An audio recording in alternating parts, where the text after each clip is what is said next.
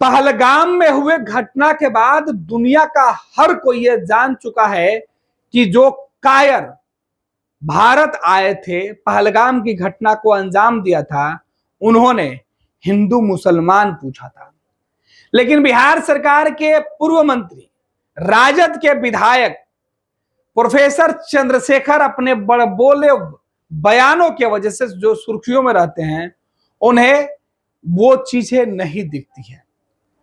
तेजस्वी यादव भले ही candle march निकाल के पहलगाम घटना के बाद लोगों के प्रति संवेदना व्यक्त कर रहे हों, लेकिन उनके पार्टी के विधायक उन कायरों की बातों को सुनकर सच मान रहे हैं।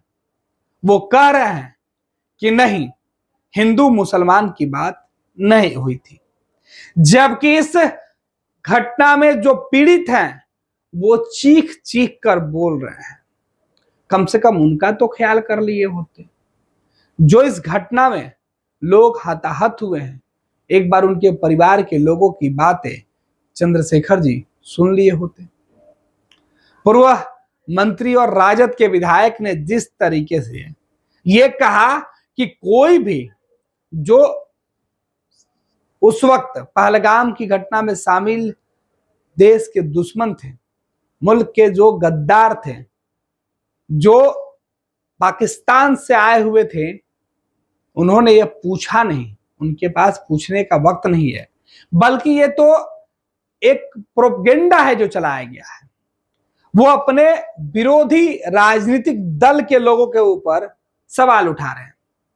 चंद्रशेखर जी, जब आपके नेता और आपके पार्टी के लोग इस घटना के बाद सरकार के साथ खड़े हैं, तो फिर आप सरकार में शामिल पार्टियों के ऊपर सवाल उठाकर देश की भावनाओं को क्यों छेड़ रहे हैं? वैसे आपके ज्ञान और आपके विज्ञान की बातें, आपके किताबों की बातें और आपकी दलीलें सर्वव्यापी है। आप खुद इतने अपने आप को काबिल मानते हैं कि आपके बयानों के वजह से आरोप यह लगा कि तेजस्वी यादव की पुरानी सरकार जो नीतीश कुमार के साथ चल रही थी, वो टूट गई। दरअसल आपने उस वक्त हिंदू भावना को ठेस पहुंचाया था और आपके बयान ही थे कि 2024 के चुनाव में तेजस्वी यादव को नुकसान पहुंचाए थे। ये दावा आपके ही पार्टी के कई लोग पहले कर चुके हैं। जेडीयू बीजेपी के नेता तो यह आरोप लगाते ही रहते हैं।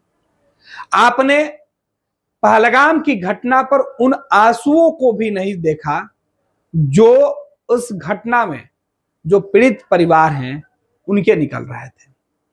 वो लोग चीख चीख कर कह रहे थे, हाँ, देश के दुश्मन जब उस जगह पर पहुंचे तो उन्होंने पूछा कि तुम हिंदू हो या मुसलमान, तुम हिंदू हो या नहीं।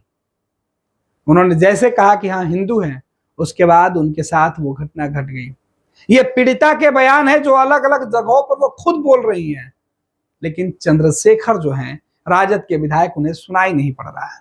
उन्हें तो इसमें भी बीजेपी का प्रोपेगेंडा दिखाई पड़ रहा है। विधायक जी, जरा राजनीति में अपने विरोधियों को कोसने से ज्यादा देश के लोगों की भावनाओं की कद्र करिए। देश की बात तो छोड़ दीजिए, आपके मंच पर बैठे आपके सहयोगी विधायक भी आपके बातों से इत्तेफाक नहीं रखते हैं। अगर इत्तेफाक रखते तो आपके बगल में बैठे हुए विधायक जी आपको टोकने की कोशिश नहीं करते।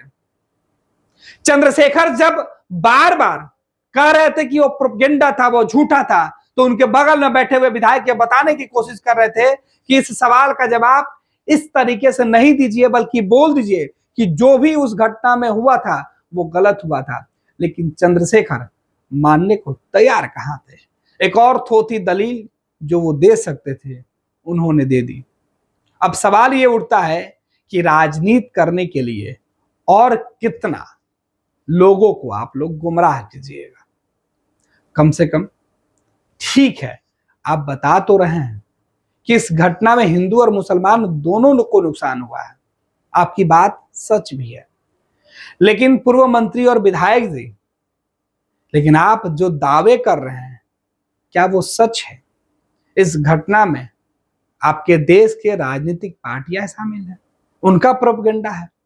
उन देश के दुश्मनों का कोई हाथ नहीं है। पाकिस्तान से आए हुए वो जो दहशतगर्द थे वो सही थे। सवाल आपसे है, जवाब आपको देना हो, जवाब तो आपके पास होगा ही। फिर किसी तरह इस तरीके से कुछ श्लोक, कुछ लोगों की भावनाओं को ठेस पहुंचाने वाली बातें आप कर दीजिएगा, क्योंकि आप तो यही करते आए हैं। आप कह रहे धर्म पूछ के मारने की हिम्मत इस देश में किसी को नहीं है। ये नफरती शगुफा है। पक्की जानिए, अगर ऐसा नहीं होता तो पहलगाम में मुसलमान उस गोली के शिकार नहीं बनते, और पहलगाम के एक मुसलमान हमारे एक भाई को कंधे पर लाद करके 20 किलोमीटर तक नहीं लेकर के जान बचाते। मुस्लिम कैसे मारा गया उसमें? आप बताइए, अब मुस्लिम कैसे मारा गया? मुस्लिम मारा गया कि नहीं? अरे 26 में मुसलमान मारा गया कि नहीं? ये पाखंडियों का शगुफा है। इसको इतना फुर्सत रहता है अतिवादियों को कि आपसे पूछेगा कौन जाति हो तो मुसलमान कैसे मारा गया। फिर वहीं पर आते देखिए, ये नफरत फैलाने वाले लोग असली मुद्दों से भटकाने के लिए एक सारे क्या स्थिति है। नहीं, प्रदीप मिश्रा जी तो दिखाए ना। प्रदीप मिश्रा जी अभी 27 तारीख तक वो कथा वाचन किए हैं हमारे मधेपुरा के सिंहेश्वर स्थान में, और उस प्रवचन के दरमियान कहे हैं कि बहुत आपत्तिजनक बात कहे, इसमें सबसे प्रमुखता से आपको बता देते हैं कि ये बाबा जो है ये कथावाचक, धर्म कथावाचक नहीं है। ये बीजेपी के प्रचारक लोग घूम रहे हैं। क्योंकि बिहार में अभी चुनाव है तो बिहार में नफरती माहौल बना करके मतदाताओं को पाखंडवाद के बहाने भरमा करके बीजेपी को मजबूत करने आए हैं। अब जो कथावाचक मंच से यह कहे कि अमित शाह जी कली काल के शिव के अवतार हैं, आप समझिए वो धर्म प्रचारक हैं कि किसी पार्टी के प्रचारक। कोई आपका मकसद है नफरत फैला करके वोट अर्जित करने का, इस मकसद को नाकामयाब करना है। और गोल, जहां 27 वर्षों के सफर में 17,000 से भी अधिक छात्रों ने डॉक्टर एवं इंजीनियर बनकर भरे सफलता की ऊंची उड़ान, जहां साधारण छात्र भी बिहार टॉपर्स बनकर बना रहे इतिहास। दूरदर्शी शिक्षाविद श्री बिपिन सिंह के मार्गदर्शन में मेडिकल एवं इंजीनियरिंग के लाखों छात्रों के लिए आशा की किरण के रूप में गोल, द रिजल्ट फैक्ट्री।